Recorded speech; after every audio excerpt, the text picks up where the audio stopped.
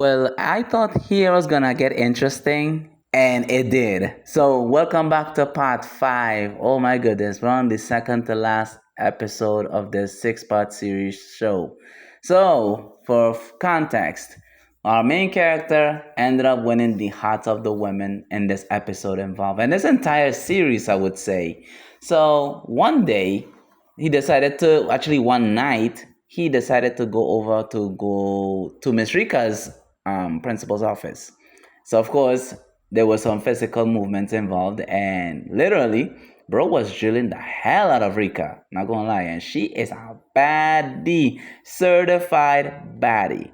And after they were talking, after they finished doing the dirty deed, they decided to talk for a bit, and they were talking about like how the girls are looking up to him, and they really seem to be fond of him. And he's like, well, listen, I'm not really like, I still have a lot to learn. And she's like, well, listen, with your skills, trust me, this Paramour system is gonna last as long as it could be. And who knows, in the future, you could be making more money than you think, even more than clearing your debt and seeing about your family. And he's like, well, I really enjoyed the work that I did, and I really want to thank you for offering me such a, let's just say, unorthodontic job. But hey, it's a job nonetheless. It pays him. So of course, while they were like continue talking, we get to see Mio. The first one was actually Tenmu. Tomoe, sorry. Tomoe is a freak. Now she turned into like this BDSM dominatrix type girl. And homie was mortified. He was scared. I don't know if scarified is a word, but it's a word today. Bro was beyond terrified because bro was ball gagged, tied up with literal police handcuffs, and homegirl was not having it because the girl was so feral that it's crazy. And of course, when they did it, bro passed out because apparently she put like this ring around his shaft that couldn't like literally release. It was crazy. Bro even passed out. It was so dreadful that girl was singing in his voice because she's a good singer apparently. Now that I'm learning this, homegirl is a singer apparently for an opera for the academy. And she was like, I am so sorry for taking this too far, so I'm gonna make it up to you by letting you release. And so he did. Of course, we get to see Mio. Mio is an outdoor exhibitionist now. Apparently she turned into a whole exhibitionist. So it was so weird. And the weird part is, no one noticed this. We see a random woman walking down the park while they were doing it, and she was riding the hell out of him too. Homegirls was like, "Oh, gosh, get a room, you two. That's kind of rude." And I'm like, "What the hell? How did they not notice that?" And then we see another random person, a guy, walk through, and he's like, "Bunch of normies," and he's like that's like that, like there is something beyond, like that's weird to be like that's normally weird. And after that, Mio spots a kitten or a cat, and of course the cat kind of like lifts her whole dress, and he's like, well, listen, that's kind of weird, but but like y'all ain't just drill each other's guts out. Well, he ain't just drill her guts out, and he's embarrassed. That's wild to me. And of course, we get to see last but not least Louise. Louise was something else, my guy. I think she really has daddy issues. She's the physical embodiment of daddy issues because trust me, homegirl, although I understood why, because trust me, girl has some serious complicated feelings towards her father. And after they did it, she had her, well, actually, she was dressed up in like a ballet because she's a ballet dancer.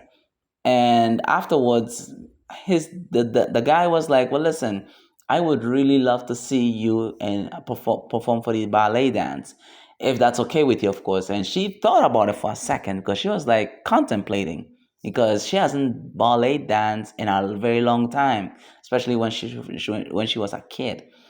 So she was like, you know what? I'm gonna do it. And she did.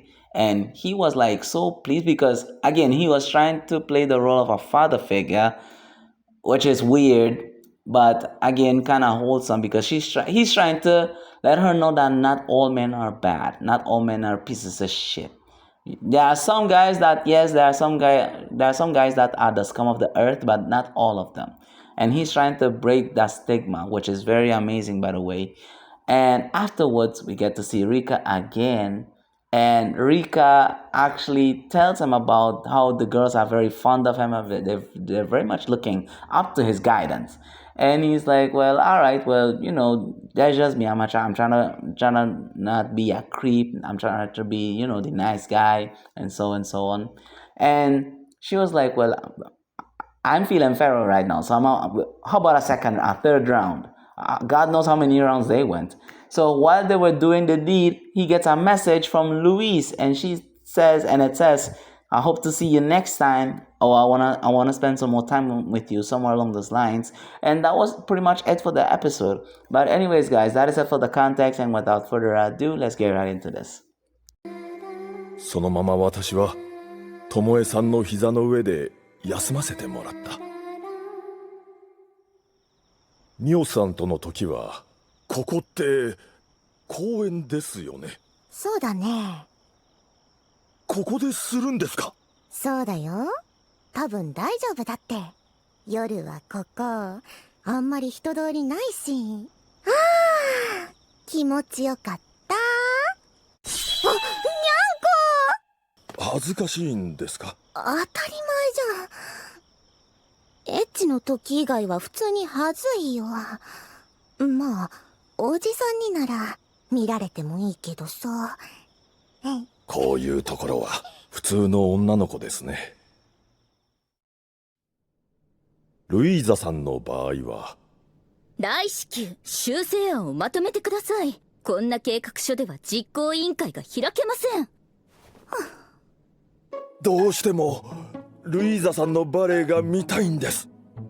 父親への反発からやめてしまったらしいけど、わかりました。きっと彼女はバレエが好きだったのだろう。私にはバレエの教養なんてないけれど、そう思えるくらい踊るルイーザさんは素敵だった。彼女たちがそれで少しでも穏やかに過ごせるのなら、これからも精一杯頑張りたいです。やはりあなたはあの時から校長？何でもありません。そういえばアナルセックスの経験は終わりですか？いえ。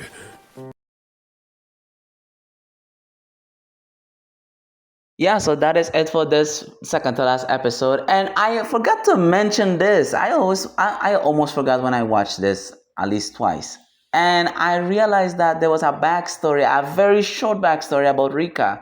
Apparently, what it seems to look like her dad was killed in a crash, or what it looks like debris, because he looked like he was shot too. And she was like very much crying, and she was like basically monologuing with herself and stating that she was trying to relate to Louise, trying to protect the academy, and trying to be on that moral high ground.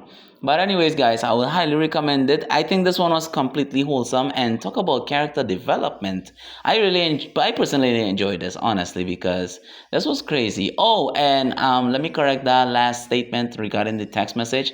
Apparently, it states that they want to go to the beach, and I think that we're gonna have a beach episode. Of course, every spicy anime is gonna have a festival anime or a beach or a beach episode, or a festival episode. That's just how anime works. And this doesn't just apply to anime, it also applies to spicy anime. But anyways, guys, thank you all so much for watching. Be sure to like and subscribe if you haven't already. If your friends would like a recommendation, tell them to come to this channel, and they will be able to enjoy the recommendations that I have so far. But anyways, thank you so much, and look out for part 6, and until then, peace out.